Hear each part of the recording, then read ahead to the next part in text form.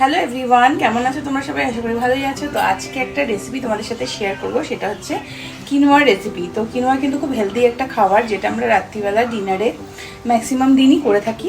তো সেটা আমি কিভাবে করি, তো সেটা একটু তোমাদের সাথে আজকে শেয়ার করব। তো সঙ্গে থাকো আর দেখতে থাকো।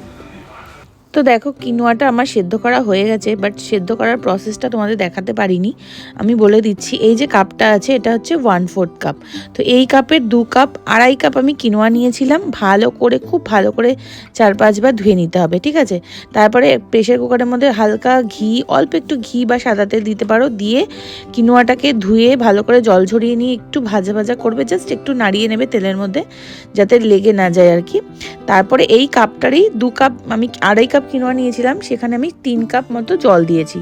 তো তারপরে ওটাকে দুটো হাই ফ্লেমে সিটি মেরে রেখে দেবে, যতক্ষণ না হাওয়াটা নিজে থেকে রিডিউস হচ্ছে। তারপরে এখানে একটু পেঁয়াজ কুচি, সবজিগুলো তো আমি ফ্রোজেন ইউজ করেছি সব, আর এখানে কাজু কিশমিশ আছে, কাঁচা লঙ্কা আছে, ব্যাস। এই সবজিগুলো ফ্রোজেন ইউজ করেছি কারণ সবজিগুলো না অনেক ভালো কাটাও থাকে আর সুবিধাও হয় রান্না করতে, যখন তখন বার করে রান্না করে নিই। আর এখানে কড়াইয়ের মধ্যে সাদা তেল দিয়ে দিয়েছি, না সাদা তেল না, ঘি দিয়েছি, সরি। তার মধ্যে পেঁয়াজ কুচি দিয়ে দিলাম, আর ফোড়নে দিয়েছিলাম তেজপাতা, শুকনো লঙ্কা আর সাদা জিরে। তো সেগুলোকে একটু ভালো করে ভাজা ভাজা করে নেব। দিয়ে দেখো, এই সবজিগুলোকে দিয়ে দিলাম। আর এই সবজিগুলো হচ্ছে একটু মানে সেদ্ধ করাই থাকে, একটু হালকা জলে ভিজিয়ে রাখি, গরম জলে, তারপরে দিয়ে দিয়েছি। তারপরে একটু নুন দিয়ে নিলাম, আর একটু ভাজা ভাজা খবর, খুব বেশি ভাজতে হবে না, এটা ভাজা মানে সেদ্ধ যেহেতু করাই আছে, একটু হালকা ভেজে নিলেই হবে।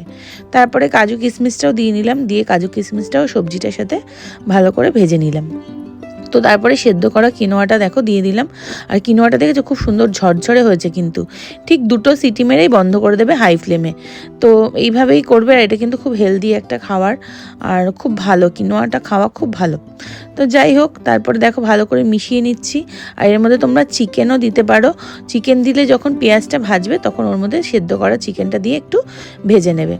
তো এই যে দেখো, কিনোয়াটা হয়ে গেছে। আমি কিন্তু এর মধ্যে লঙ্কার গুঁড়ো ইউজ করিনি, কিন্তু তোমরা চাইলে লঙ্কা গুঁড়ো ইউজ করতে পারো, কিন্তু হলুদটা আমি কোনোদিনও ইউজ করি না।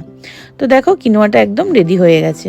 তো এই যে আমার কিনোয়া হয়ে গেছে রেডি, দেখতেই পাচ্ছ কিনোয়া, তার সঙ্গে কয়েকটা ওই শিক কাবাব যেগুলো ফ্রোজেন হয়, তো সেগুলো একটু ভেজে নিয়েছি। এই যে, তো কেমন লাগলো কিনোয়ার রেসিপিটা অবশ্যই কমেন্ট করে জানিও। আর তোমরাও বানিয়ে খেও, খুব ভালো হয়, কিন্তু খুব হেলদি আর টেস্টি একটা খাবার। তো চলো, আজকের মতো বাই বাই।